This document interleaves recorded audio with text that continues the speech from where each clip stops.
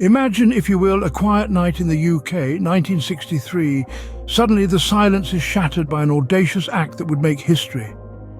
Let's take a step back to the calm before the storm.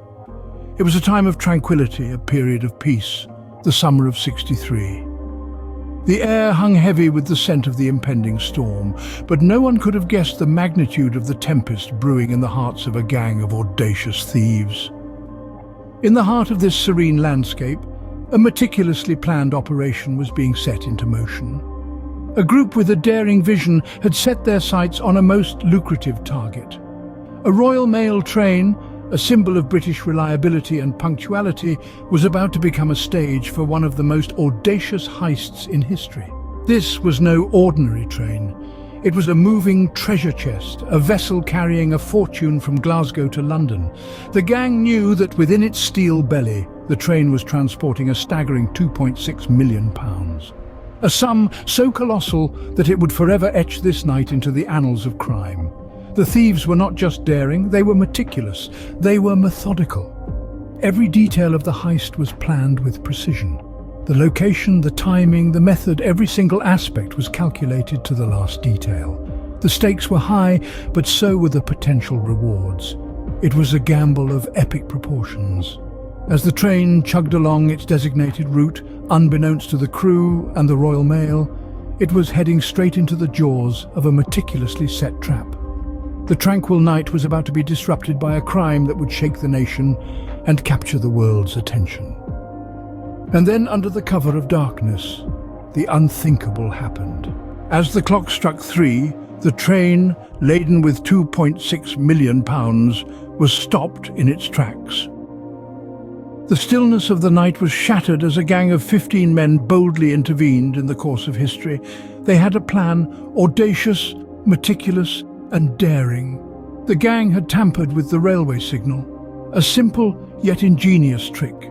They manipulated the red signal light, a beacon in the darkness, to halt the Royal Mail train, a false stop, a phantom obstacle, a ruse that would be the linchpin of their grand scheme.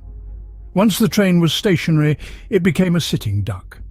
The crew, unsuspecting and unprepared, were quickly overpowered. A locomotive transformed into a stage for one of the most audacious heists in modern history. The crew, dazed and confused, could only watch as their cargo was plundered. Then came the unloading, 120 mail bags, each brimming with money. An unimaginable fortune there for the taking. The men worked with a precision that was almost surgical, each movement calculated and swift. This was no random act of thuggery. This was a choreographed dance of crime, a ballet of audacity and nerve. The weight of the money was staggering, but so was the gang's resolve. They toiled under the cover of darkness, the moon their only witness. The air was thick with tension, the silence punctuated by the rustling of bags and the clinking of coins. Yet amidst the chaos there was a sense of order, a rhythm that belied the enormity of their act. In less than 20 minutes the gang had vanished into the night, leaving behind an empty train and a stunned nation. The stage was now set for a manhunt that would captivate the world, a chase that would go down in the annals of true crime.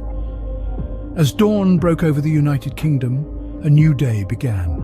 But it was a day that would be forever marked by the Night of Infamy. As dawn broke, the magnitude of the crime became clear, and a nationwide manhunt began. The audacity of the heist had left everyone baffled. The authorities were up against a phantom enemy, a gang so audacious, so cunning, they'd pulled off the unthinkable. The initial response was of shock and disbelief. Yet as the sun crept higher, reality sunk in. The police had a monumental task ahead, to catch these daring outlaws. They had not only stolen a fortune, but had also bruised the nation's pride. The law enforcement agencies were under immense pressure to bring the culprits to justice. A special investigative team was formed, led by some of the best minds in the business. They were given one task and one task only: to find the robbers and bring them to justice. The team was relentless, working around the clock, sifting through every single piece of evidence, following every lead, no matter how minuscule. The nation watched, holding its collective breath as the manhunt escalated. The media too was in a frenzy, feeding the public's insatiable curiosity with every little update. The country was on high alert, every citizen a potential witness. The robbers were not just up against the law, but the eyes of an entire nation. Yet as the days turned into weeks, and weeks into a month, the robbers seemed to have vanished into thin air, leaving behind nothing but a trail of confounding clues. The police were frustrated, but they knew they were dealing with no ordinary criminals. These were masterminds who'd executed a crime of such scale with alarming precision. But the robbers had made one mistake. They had underestimated the tenacity of the investigative team. They had left behind a trail, however faint, and the detectives were relentless in their pursuit. They picked apart every clue, every lead, determined to bring the culprits to justice. The robbers had disappeared, but they had left clues behind. The chase was on, and the law was closing in. The game of cat and mouse had begun. In a secluded farmhouse, the gang believed they were safe, but they had underestimated the determination of the law. Nestled away in the quiet countryside, the gang found refuge in a seemingly inconspicuous farmhouse, their would-be fortress against the world. They thought they had outsmarted everyone. However, they were not counting on the relentless pursuit of justice. The authorities were hot on their trail, their determination unwavering. The farmhouse was discovered, not by a stroke of luck, but through meticulous and dogged investigations. The hideout, once a sanctuary, had now become a crime scene. Forensic teams swarmed the farmhouse, scouring it for any shred of evidence left behind by the gang. Evidence was indeed found. Fingerprints, discarded mailbags, and even the Monopoly set used by the gang to count their ill-gotten gains. These seemingly insignificant objects became crucial pieces of the puzzle, providing irrefutable proof of the gang's presence and their criminal activities.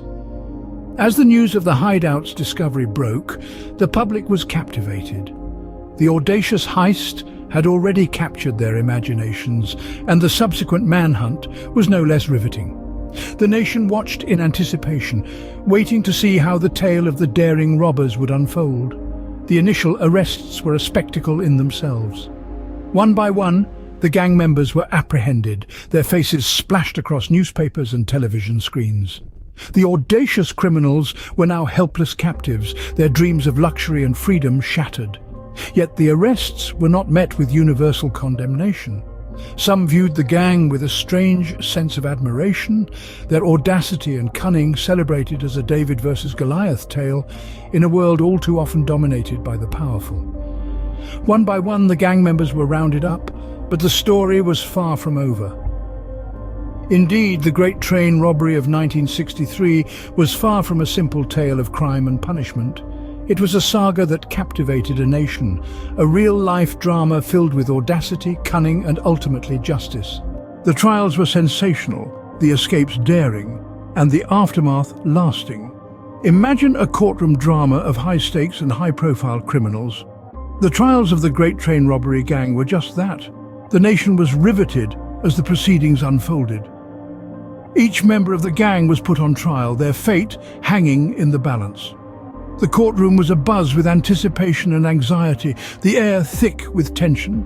The verdicts came in like a series of thunderclaps. Most of the gang members were found guilty and sentenced to hefty prison terms, marking a significant victory for law enforcement.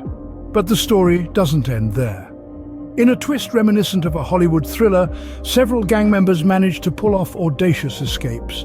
They slipped through the fingers of the law, adding another layer of intrigue to this already sensational saga.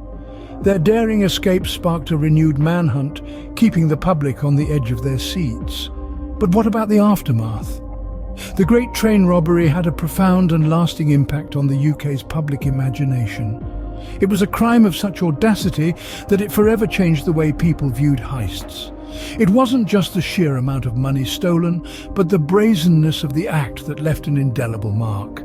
The gang's audacity, the thrilling manhunt, the sensational trials and daring escapes all contributed to the enduring fascination with the Great Train Robbery. It sparked countless books, films and TV shows, feeding an insatiable public appetite for tales of audacious crimes and daring criminals. Yet it's important to remember that this was not a victimless crime. Lives were disrupted, careers tarnished, and the public sense of security was deeply shaken. The Great Train Robbery of 1963 remains one of the most audacious heists in history, a testament to both criminal audacity and tireless law enforcement.